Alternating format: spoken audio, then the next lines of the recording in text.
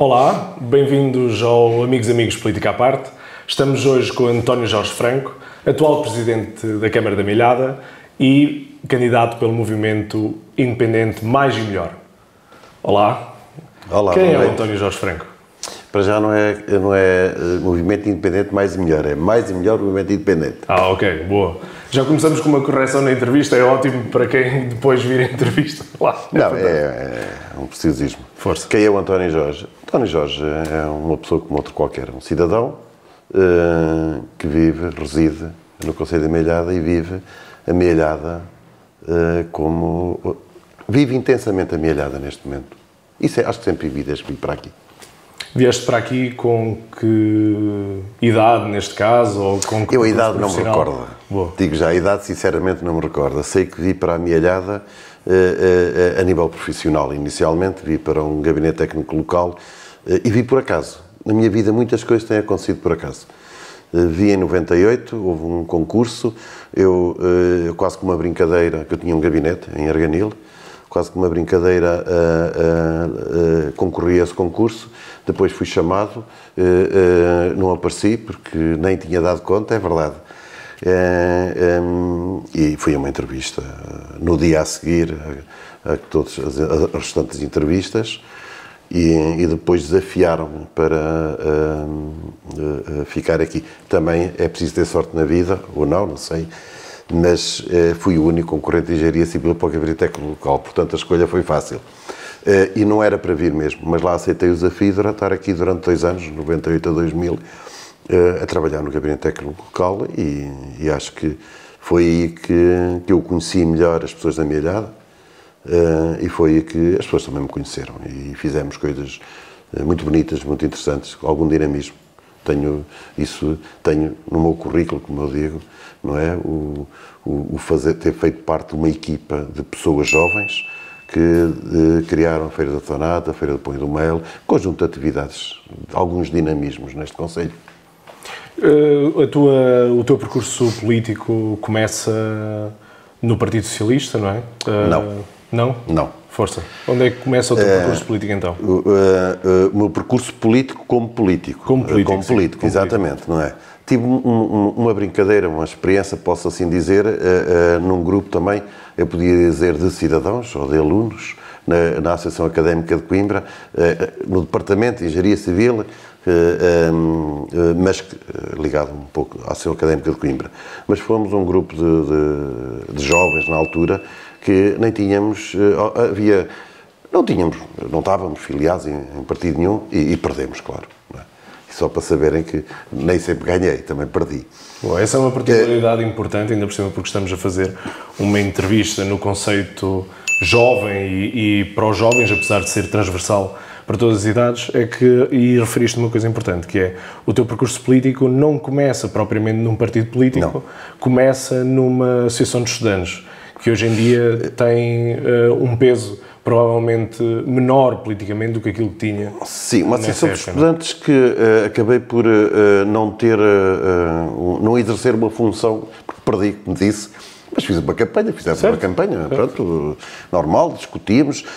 Fazer campanha é fazer política, não é? É fazer política. Mas mesmo sem fazer campanha, a gente fazia política. Antigamente, os jovens acho que faziam mais política.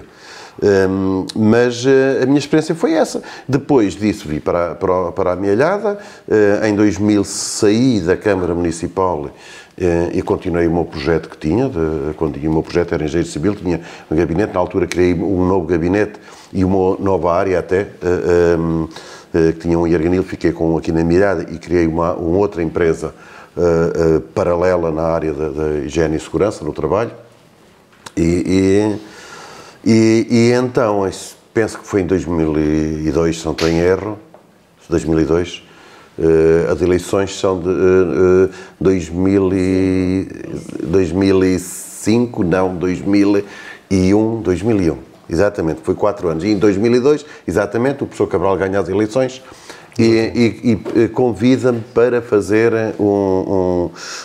para o ajudar na fiscalização e no acompanhamento de algumas obras do Concelho da Milhada. É assim que começa a minha carreira, posso assim dizer, sem imaginar que iria entrar na política, mas proximidade com o poder, posso assim dizer, no Conselho da Milhada.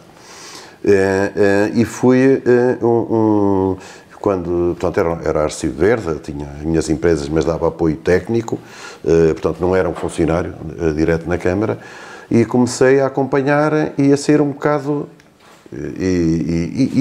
é isto, um bocado crítico no bom sentido. Crítico, eu acho que é bom haver diálogo. E nesse conjunto de projetos que estavam a ser realizados, também acabei por me envolver noutros projetos mais culturais, que nada tinha a ver com a minha profissão, com aquele contrato que eu podia dizer que tinha como técnico de dar apoio à Câmara Municipal, que foi a Feira de Artesanato, e foi a Expo Milhada também. Me envolveram o professor Cabral, a doutora Filomena na altura, envolveram como voluntário, ou seja, muitas vezes fora daquela atividade de engenheiro civil que era, e que também tinha aquele bichinho, é verdade, de dinamismo, de participar na comunidade, fazer crescer a comunidade. Envolvi-me nesses projetos. Houve algum momento mais marcante nesse trajeto? No trajeto, antes de ser político, e não era político, antes de ser político, depois apareço como político nas eleições de 2005, aí isso nunca me esquece, o professor Cabral, já agora... Já nas listas, não é? Já nas listas para... O professor Cabral, no jantar de Natal, um jantar de Natal que houve da Câmara Municipal, convida-me para ir ao jantar de Natal e pede-me para ficar na mesa dele. Achei estranho, sou sincero. E depois queria ter uma conversa comigo séria, e mais estranho achei. E é quando ele me convida, para aí em janeiro, fevereiro, para fazer parte dessa equipa de vereadores. Fiquei em pensar, não era militante. E pronto, acabei por aceitar esse desafio, porque achei que também são desafios. E aceitei o desafio. Como independente. Eu só passo a ser militante porque achei, e foi depois de ganharmos as eleições, depois foi, se não estou em erro, em dezembro, as eleições devem ter sido em setembro, outubro também, e em dezembro tomei a decisão de ser militante por opção própria, por poder, e foi numa reunião que fui convidado, uma reunião do Partido Socialista, para poder ter, fui convidado, ou seja, mas não era militante, não me deixavam falar, posso assim dizer, ou não tinha as condições de falar como é normal, e achava que também devia tomar posições e ter a liberdade de poder ser ou a favor ou contra algumas coisas, e foi assim que eu passei a ser militante, que durou pouco tempo. Muito bem. Que conselho darias a um jovem que queira participar na política, mas que muitas das vezes vê essa mesma política afastada da sua realidade enquanto jovem? Eu acho que os jovens veem cada vez mais a política de uma forma muito formal, não é? E isso também os afasta da realidade de poder participar politicamente. Darias algum conselho específico? Eu não acho que só veem a política como formal, veem a política como algo agressivo. Eu sinceramente, eu próprio, e quando saí de um partido político, foi perceber que dentro de algumas estruturas partidárias, a política é eu sou contra alguém, ou é alguém contra mim. É este que é o debate principal. Eu, quando vou a eleições, ou quando vou para candidatar-me, o que quer que seja, já sei que vou ter um adversário. E não alguém que tem um conjunto de ideias, um conjunto tem uma estratégia que a quer apresentar e que eu posso debater com ele. E os jovens acho que veem isso. Mas a política também é disputa, não é? A disputa dessas ideias, não é? Disputa não é agressividade, disputa não é guerra, certo. Disputa não é o mal dizer, não sou eu contra alguém. Achas que estamos num clima, portanto, muito pesado do ponto de vista político, que acaba por afastar as camadas mais jovens da sociedade? Não tenho a mínima dúvida. Eu próprio afastei-me da vida política quando me afastei por isso mesmo. Portanto, eu sou daqueles, na altura, mais jovem, não é? Afastei-me da política partidária e de um conjunto de participação política no próprio Conselho da Milhada, porque não me revia naquela agressividade, não me revia naquela de que se aquele não é dos nossos, é nosso inimigo e temos que o combater, e isto ainda se vê em uma grande parte dos políticos, isto continua. Vê-se agora, estamos em campanha. E há 4 anos fizemos isso, e esta campanha que estamos a fazer, nós temos que apresentar as nossas ideias à população, e a população tem que decidir. Eu, na rua, quando encontro alguém, eu não digo votem no mais e melhor. Não. O que eu digo é assim, temos um projeto, temos uma ideia, no dia 12, vá votar e escolha os melhores. Se acha que nós somos os melhores, pode escolher a nós, mas tem um conjunto de ideias que o senhor é que vai ter que escolher. O senhor, pessoa, seja quem for. E eu vejo o contrário em alguns partidos políticos, que é, se vem alguém até meter um like numa rede social, se for preciso ligam, e eu já assisti a isso, a dizer, por que razão é que estás a meter um like? Agora mudaste? Então, mas agora tu vais para o inimigo? Eu ouvi esta frase. E isto afasta os jovens. Os jovens querem ser felizes. Os jovens querem ter qualidade de vida. E esta agressividade não dá qualidade de vida. E os jovens, parece-me, porque nós eu quando era jovem,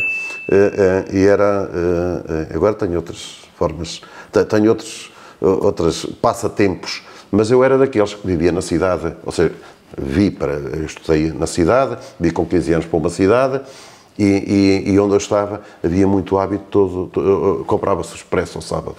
E então nós devorávamos o Expresso. Portanto, era o nosso passatempo, era ler o Expresso. E isso também nos levou muito para a discussão política. E eu acho que tínhamos a RTP, nem havia SIC, eu recordo-me. Era só a RTP mesmo, não é? Nem a SIC, nem a TVI, na altura que nem era TVI, já nem me recordo. Eu penso que a SIC foi a segunda. Foi muito mais tarde. Pronto.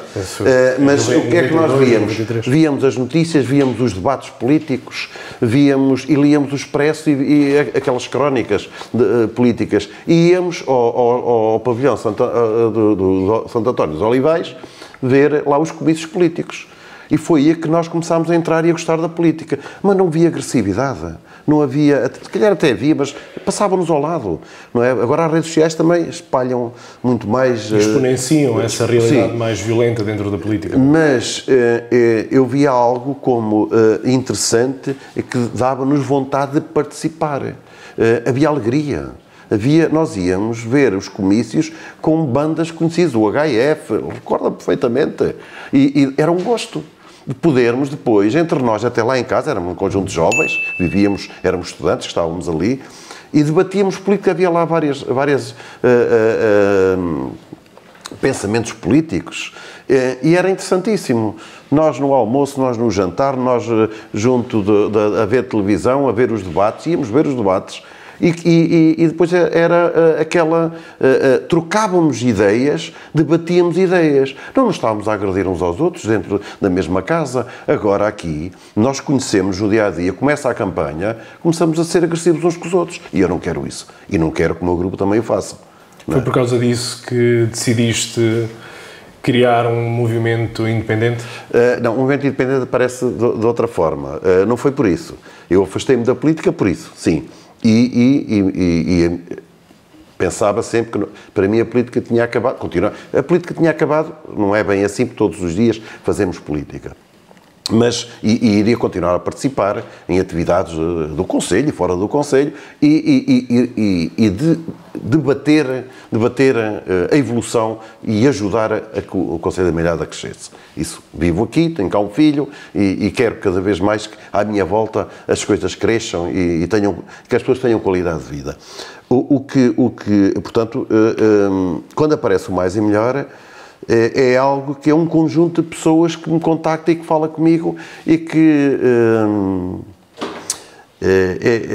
as coisas acontecem mesmo por acaso. Ninguém preparou nada. É porque é que tu não concorres, porque é que tu não avanças, porque é que não depois outras forças políticas também me contataram, várias forças políticas. Até que chegou um ponto... Não, o que me motivou a seguir foi uma agressão, entre aspas, agressão verbal. Foi, não te metas nisso, que senão esfarrapam-te todo, e eu aí, desculpem lá, a pior coisa que podem fazer é desafiarem-me, é meterem-me medo de uma coisa que eu, felizmente, sou uma pessoa honesta, não tenho nada a esconder, e foi aí que disse, não, agora desculpem lá, mas vou Claro que logo a seguir também me ofereciam para eu não avançar com o movimento, atenção, com um conjunto de pessoas, mas eu seria a pessoa que iria encabeçar e fiz os contactos, é verdade, que não foi fácil no início era só 2 ou 3, o meu filho chegava, isto é uma coisa engraçada, que às vezes chegava a casa e dizia, pai, mas quantos é que estão contigo? Eu estou muitos, mas onde é que eles estão?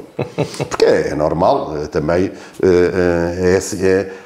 São as dificuldades de um movimento independente? Achas que é difícil encarreirar politicamente num movimento em que é completamente diferente de um partido político onde existe ideologia? No movimento independente, muitas das vezes, existe ideologia. Várias pessoas pensam de forma diferente. É isso que acontece? Acontece. Ou não sentiste isso? Não. Senti e é uma mais-valia.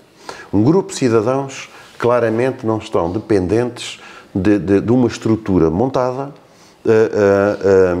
com ideias muito rígidas. Quando digo muito rígidas, isto é a realidade.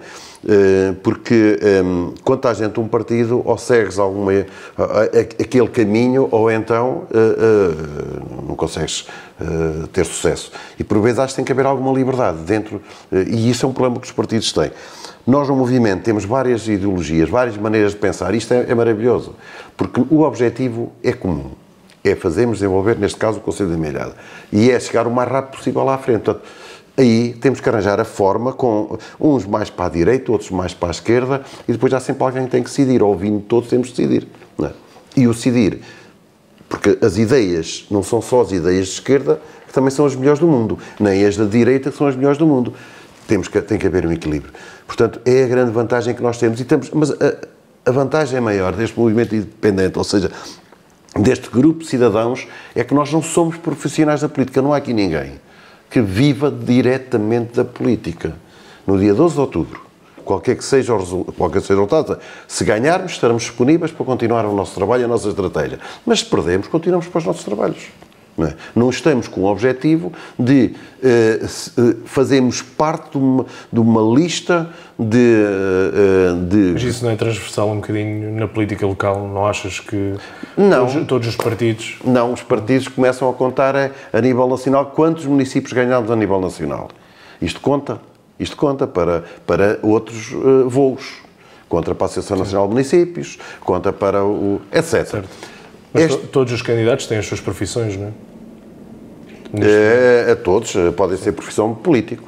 Sim, pode ser. Eu não concordo muito que o político seja uma profissão. Porquê? As pessoas ficarem libertas. Isto é como estar à frente de uma associação. Vestimos a camisola e lutamos e queremos deixar a associação no final do nosso mandato melhor que o que recebemos. Aqui deve ser igual. Nós, quando vamos para a vida política, e neste caso para uma autarquia, deve chegar, vestir a camisola do município e no final tentar, no final, e quando digo final, pode ser ao fim de 4 anos, pode ser ao fim de 8 anos, pode ser ao fim de 12 anos. Aí cada um tem que tomar essa posição, tem que ter votos, como é evidente, mas pode ter esse objetivo e pode continuar esse trabalho, porque eu acho que deve haver continuidade. Também 4 anos é pouco para desenvolver uma estratégia, mas também, se calhar 12 anos também é muito. Eu acho que aí também é capaz de ser exagerado. Mas a política não pode depender, ou seja, as pessoas que estão na política não podem depender dos votos para viver. E eu acho que é um conjunto de pessoas que estão na política que precisam de votos para poder ir ao supermercado. Certo. Dentro daquilo que é o diagnóstico da realidade juvenil, se tivesses 18 anos hoje, o que é que mais te preocuparia? 2 coisas, que é o que está a passar. Falta de liberdade e guerra. Tu sem falta de liberdade e olhamos para o antes de 25 de Abril. O que é que foi Portugal? Sem cultura, sem poderem evoluir, sem um país pobre. E com guerra, não é? Um jovem com 18 anos a pensar que vai haver uma guerra é o primeiro a ir para a frente de combate. Portanto, isso eu preocuparia-me e devem se preocupar com isto.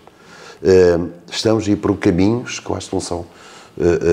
acho que devemos, e isso eu tenho dito nos meus debates dos 50 anos do 25 de Abril, chamei a atenção, tentei passar essa mensagem, que os jovens têm que conhecer o que é que foi antes do 25 de Abril. E o 25 de Abril foi guerra, mas o 25 de Abril foi falta de liberdade. E as guerras unidas, a guerra com a falta de liberdade, não desenvolve um povo e as pessoas, os jovens, vão sofrer. Portanto, é numa altura, com 18 anos, tu vais querer ser feliz, vais querer fazer ter a tua família, conhecer o mundo, e não é com guerra, não é com a falta de liberdade que tu o consegues fazer. Portanto, o que eu me preocuparia seria com destas duas situações que estão em perigo. O que é que o projeto do movimento independente tem de diferente para os jovens, para os atrair para a realidade política? Há alguma medida em específico que o movimento tenha com o objetivo de fomentar novamente essa vontade política que referiste nos pontos anteriores? Eu acho que a vantagem que tem o movimento independente é que os jovens estão também libertos, não estão agarrados a um partido político concreto. Têm aqui alguma liberdade para poderem expressar as suas opiniões, quer sejam de direita, quer sejam de esquerda, e poder debater. Isso, eu acho que é a vantagem que tem o movimento de grupo de cidadãos como nós somos. Mas a vantagem acho que está comprovada.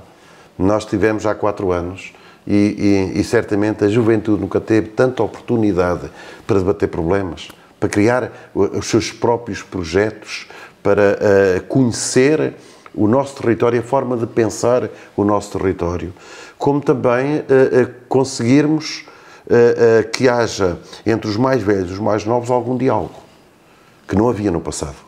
Eu senti também isso como jovem. Aqui na minha idade, eu vim para aqui relativamente jovem, não é? Nós conseguimos esse trabalho. Nós temos a nossa equipa e ajuda-nos muito, e por isso é que também quisemos constituir essa equipa, uma jovem que fazia a ligação também com o vereador, que era jovem, como é evidente, o vereador Hugo, mas a nossa jovem fazia parte do nosso projeto, mas também era importante para nós pensarmos um conselho, porque todos nós vivemos em certas bolhas, a nossa idade também é uma bolha. Precisamos de alguém mais novo, que discuta, que conheça, que nos chama a atenção para alguns problemas. Portanto, isso aconteceu nestes 4 anos, eu tenho orgulho disso. Eu e toda a equipa, a nossa equipa, não é só os vereadores, a equipa do gabinete, a equipa do Mais e Melhor, acho que deve ter orgulho que conseguimos envolver os jovens chamaram-nos a atenção de alguns problemas que estavam a decorrer e foram eles também que nos encaminharam para muitos projetos que estamos a pensar e estão a ser executados a médio e longo prazo. Um dos problemas dos jovens bate-se diretamente com o problema da habitação. A milhada sofre ainda por cima pelo facto de estar numa zona periférica urbana de uma grande capital de distrito como é Coimbra. Sim. E a especulação imobiliária em Coimbra é uma das mais fortes que está efetivamente a crescer.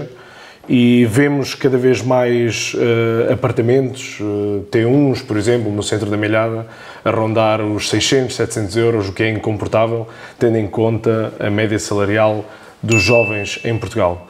Outro indicador grave é o facto de que Portugal é um dos países da União Europeia onde os jovens saem mais tarde da casa dos pais. O movimento, neste caso, tem no seu programa medidas para combater este flagelo que é o problema da habitação? Sim. Começámos há 4 anos, quando ganhámos as eleições, a tentar resolver esse problema. Não é? Tínhamos essa estratégia e estamos a dar continuidade a essa estratégia, que é, sentimos... Aqui há a questão da habitação não é um problema que os jovens têm, não é só um problema dos jovens, é um problema que nós necessitamos de mais pessoas no concelho. Nós precisamos de mão de obra, nós precisamos de mais vida, especialmente nas aldeias. E então devemos criar aqui uma estratégia de não só recuperar o nosso património municipal, mas também património privado. E criámos vários programas. Quando digo vários programas, aproveitámos alguns a nível nacional, através da estratégia de habitação, que foi custos acessíveis, custos controlados. Pegámos o nosso património em terrenos que estavam devolutos, pertenciam à Câmara Municipal de Milhada, fizemos projetos, já temos obra a decorrer. Mal recordar da Pedrulha, estou-me a recordar também em São Romão, junto à Póvoa, os T3 que estamos lá a construir. Mas fizemos muito mais que isto, porque uma forma também de dar a resposta, de tentar baixar o valor por metro quadrado de construção, baixar o valor de cada habitação ou de cada apartamento, foi, ponto número 1, acelerar todo o processo de licenciamento, que era fundamental, porque tu, quando investes num terreno para construir, se o projeto demorar um mês a ser aprovado, terá um custo. Se demorar, tu investes ali a comprar o terreno, se tiver 2, 3, 4 anos, o custo é outro. Tens que amortizar todos aqueles anos que tiveste que investir ali. Portanto, também fizemos essa melhoria, uma melhoria contínua, para rapidamente conseguirmos aprovar projetos para o Conselho da Mielhada. E depois tivemos um que já existia, que era o PIRPEC, mas era um programa de apoio à reabilitação muito mais social do que para recuperar património. E nós precisamos de habitação, precisamos, como disse atrás, da recuperação do nosso património nas aldeias, precisamos de pessoas para as aldeias. Não é? Que aí, certamente, o valor por metro quadrado é sempre menor. Não só aumentámos o valor para 12.000 euros máximo, que depois é majorado de duas formas. É majorado se for um projeto... Há freguesias como a do Barcoço, por exemplo, próximas de Coimbra, provavelmente o problema será mais grave, nesse caso, não é? O problema é mais grave, mas tem este apoio do PIRPEC, tem um apoio do Orçamento Municipal para quem comprar a casa antiga, a casa pode ser uma ruína, uma casa sem condições de habitabilidade, ou uma casa com condições de habitabilidade, mas queira criar melhor eficiência energética, mudar janelas, mudar a cobertura, meter capoto, ou seja, o isolamento térmico, um conjunto, tem apoio direto do Orçamento Municipal, através do PIRPEC. Mas temos o outro programa, que é um programa que dá uma maior ajuda, que dá 17% do IVA, ou seja, o IVA passa de 23% para 6%, que são as ARUs. Nós criámos ARUs em todas as aldeias do Conselho. Havia 3 ARUs. Isto também tem a ver com o desenvolvimento que nós achamos que deve ser num todo e não só em 3 polos. Para os jovens que não estão tão familiarizados, ARU? ARU, Área de Reabilitação Urbana, são zonas centrais que foram por nós definidos nas aldeias, na cidade da Mielhada, aumentámos a existente, porque já existia, mas aumentámos a que está, fomos até à Póvoa, até a Serradelo, até São Romão, um conjunto aqui à volta, e aumentámos também a da Pampilhosa e aumentámos a do Luso. E todas as aldeias têm os núcleos antigos. As ARUs são essas áreas de reabilitação urbana, as pessoas podem adquirir uma casa antiga, em ruínas, desde que esteja nessa área. A construção, o valor da construção baixa de 7%, ou seja, o IVA, que é 23%, baixa para os 6%. Portanto, parece que não, mas é uma grande ajuda. Em 100.000 euros de construção, vão buscar 17.000. Se forem buscar mais 12.000 ao PIRPEC, e depois se ainda forem buscar o PIRPEC, a casa tem que ter mais de 30 anos. De outra forma, não é financiada. Mas depois se forem majorados, e 5% por ser um projeto que mantenha a fachada, que é importante também mantermos a nossa história. Portanto, nós apoiamos na condição de manter a história da Mielhada. Portanto, pode ser aumentado mais 5%. E se for no ARU, tem mais dos 5%. Portanto, é 12.000 mais 5, mais 5, mais o valor, 17% do IVA, do valor da obra total da recuperação. Portanto, isto, no nosso entender, é uma forma de... não é só de ajudar os jovens, é de criarmos habitação, de recuperarmos as nossas aldeias e recuperarmos o nosso património, que está degradado. Temos casas lindíssimas por estas aldeias fora, a aldeia fora, por todas as aldeias aqui do Concelho. E, portanto, achamos que este é o caminho. Certo. Passando agora para outro tema, que é o tema da educação. Recentemente o Governo anunciou que iria descongelar as propinas para 710 euros. O que é que pensas desta medida? Concordas com ela? Não concordas? Como interveniente político?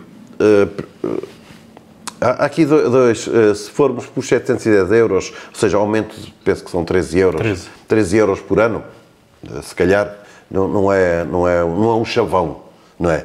Agora, o descongelar é que me preocupa, porque o descongelar este ano foi 13 euros, não sabemos o que é que será para o ano, e para o ano, e para o ano. Mas eu acho que, portanto, eu nem sou contra nem a favor, o que eu acho é que não é a prioridade na questão da educação no ensino superior não tem a ver com as propinas, sinceramente. A prioridade não é essa. Devia-se começar mais atrás.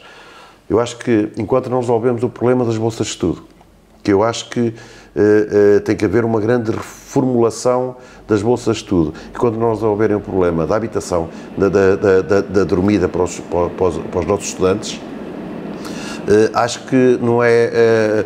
ou seja, não é isso que vai... Não é aqueles 13 euros que já ouvi dizer, os 13 euros é para ir reforçar o orçamento. Não acredito nisso. Portanto, a prioridade não é essa, sou contra por isso, a prioridade é criar condições para que nenhum jovem fique sem estudar. E para isso temos é que apostar forte na melhor distribuição das bolsas de estudo, arranjar uma forma de que quem precise receba mesmo, e resolver o problema da habitação. E a habitação não se resolve, como eu já vi, porque isto é medidas a bolso, não se resolve construir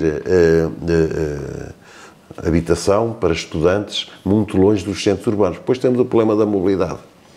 E eu acho que tem que haver outra forma, ou com apoio financeiro, ou com criar mais construção para estudantes nas zonas centrais próximas de onde são as universidades. Ou então, e por que não, e eu acho que até pode ser uma boa medida,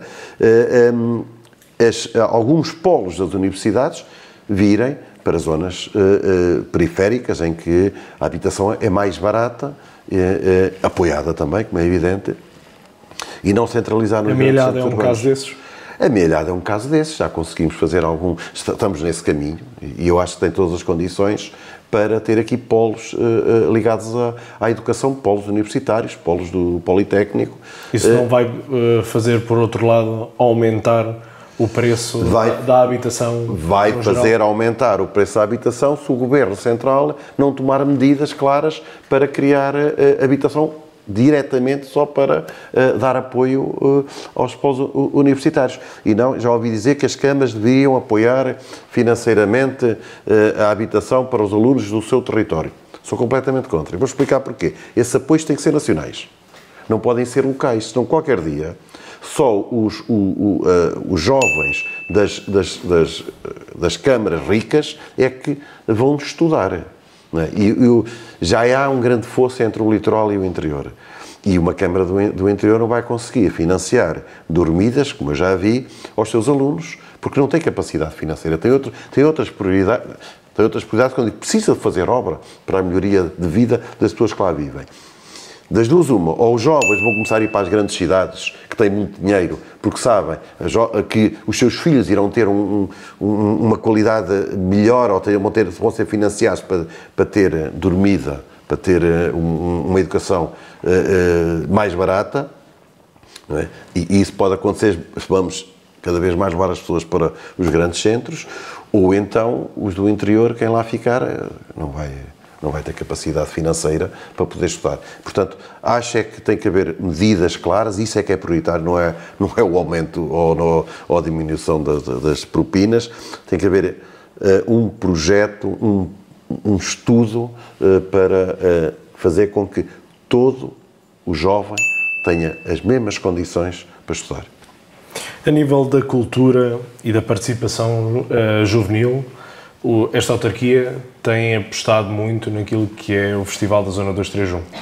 Vês este festival com possibilidades de progredir para um festival com dinamização e com impacto a nível nacional, como vemos outros festivais que, apesar de com investimento de operadoras, como vemos o caso do Nós Primavera Sound, eu penso que o Paredes de Cora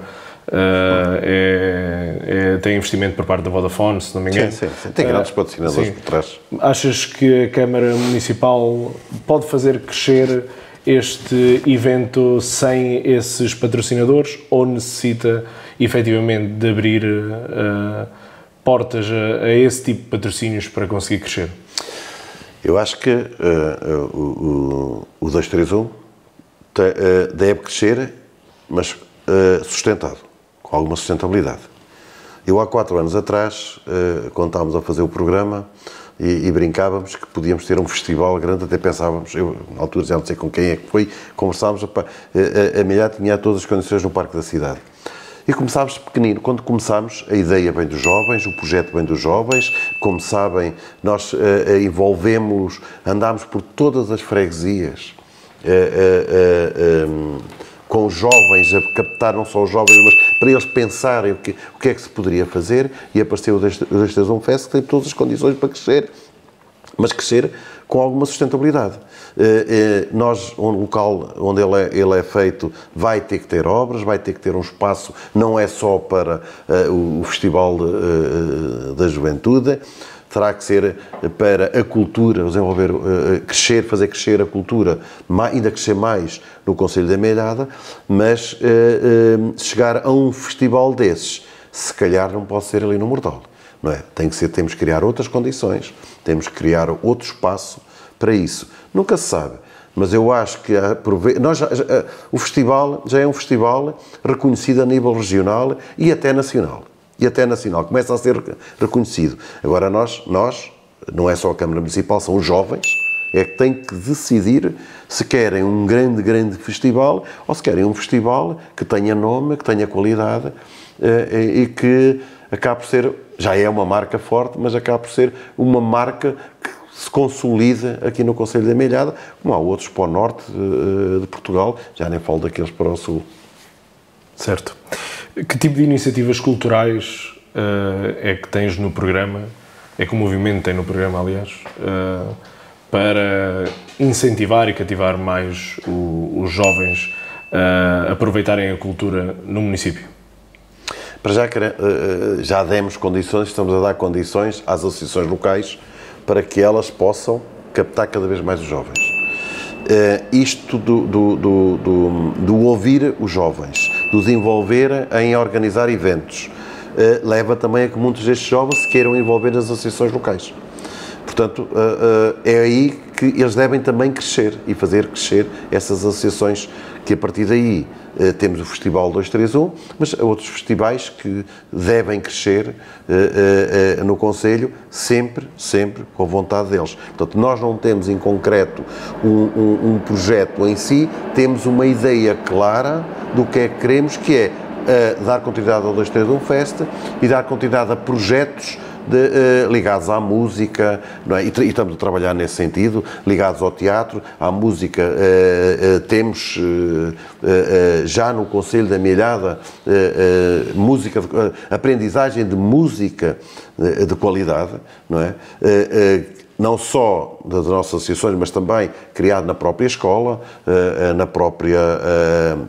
que temos a Rubato, que está cá instalada neste momento e que está também a fazer crescer essa área, que vai captar esses jovens. Portanto, nós estamos a criar condições para que esses jovens possam participar, possam aprender, possam participar e possam desenvolver e criar novos projetos. Portanto, nós damos condições para criar novos projetos como o 231 Fest. Vamos aos desafios diretos agora? Força, bora.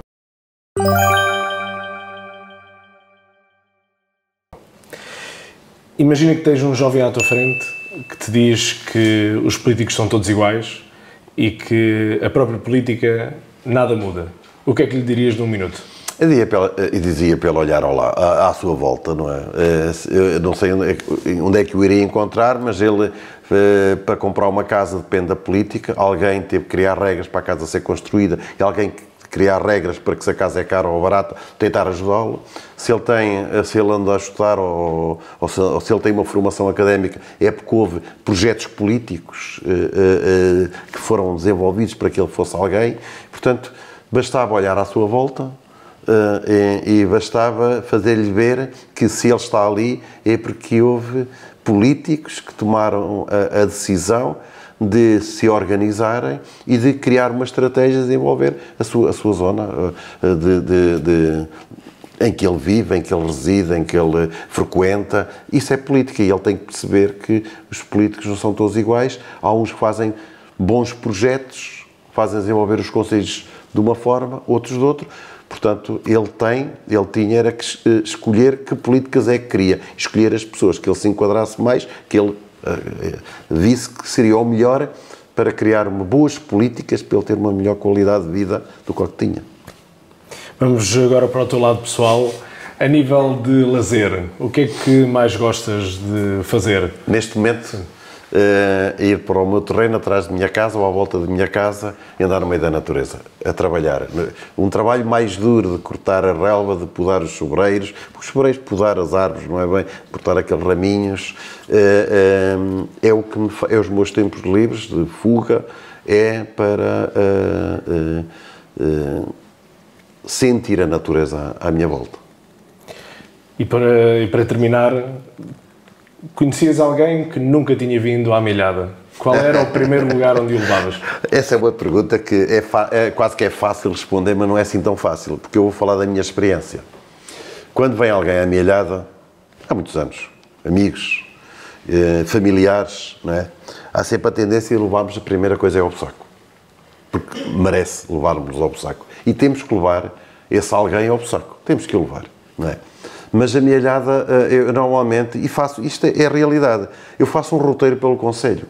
Quando digo um roteiro... Desculpa ainda, Roberto, quando a minha mulher ouvir isto, vai chatear uma cabeça de certeza, porque já estamos juntos há 10 anos e nunca levei ao saco. Pronto. Vai ser a primeira coisa que ela vai dizer. Então, exatamente, mas tens que levar ao saco, vale a pena, porque o saco não é só aquele pulmão, tem um património lá incalculável em várias áreas. Podíamos estar aqui a noite toda. Mas eu quando faço esse roteiro, e já fiz, levar, não sei se levo a primeira vez ao Bussaco, se levei algumas pessoas a primeira vez ao Bussaco, se passei pelo Lugrassol, a mim diz muito o Lugrassol, o Parque do Lugrassol, se calhar porque também estive envolvido naquele espaço verde maravilhoso e que fazem lá uns lanches. Já levei ao Lugrassol. Já levaste ao Lugrassol. Muito bom. Ir quer ao Parque da Cidade da Milhada, quer ao Parque, estou mais na natureza, o Parque da Pampilhosa, fantástico. Vale a pena ir ao Parque da Pampilhosa, aquilo é maravilhoso. Até fazer lá caminhadas. Portanto, são espaços maravilhosos, mas há outros espaços que são o quê? A gastronomia, claro, temos que levar alguém a degustar os nossos produtos maravilhosos, reconhecidos a nível mundial, não é só local, ou não é só nacional, é a nível mundial. Ir às nossas caves, tem que ir a uma cave, temos caves, e não é só as caves de Messias, desculpem lá, há no Luso, há em várias freguesias, há em Ventosa do Bairro, há também em Barcoço. E depois sentir que se calhar é uma costela que eu tenho mais até da serra, que é a verdade, que é sentir as pessoas. E é maravilhoso ir, por exemplo, a uma freiraria ou uma várzeas, a freiraria, ir se for preciso amassar o pão e a broa, que somos muito bem recebidos lá por aquela população, que é como estejamos em casa, as portas estão sempre abertas. Portanto, são locais que nós levamos as pessoas, que eu normalmente levo as pessoas a conhecer e passear e tomar um café no Luso é maravilhoso, e beber sempre a água do Luso. Eu brinco sempre com aquilo, cuidado com a bica onde vão beber a água. Mas eu acho que a Milhada tem o Bussaco, mas tem muito mais que o Bussaco. Tem paisagens maravilhosas, tem parques maravilhosos, tem gastronomia maravilhosa e tem pessoas maravilhosas. Muito bem. Franco, muito obrigado. Não percam os próximos episódios do Amigos e Amigos Política à Parte. Obrigado.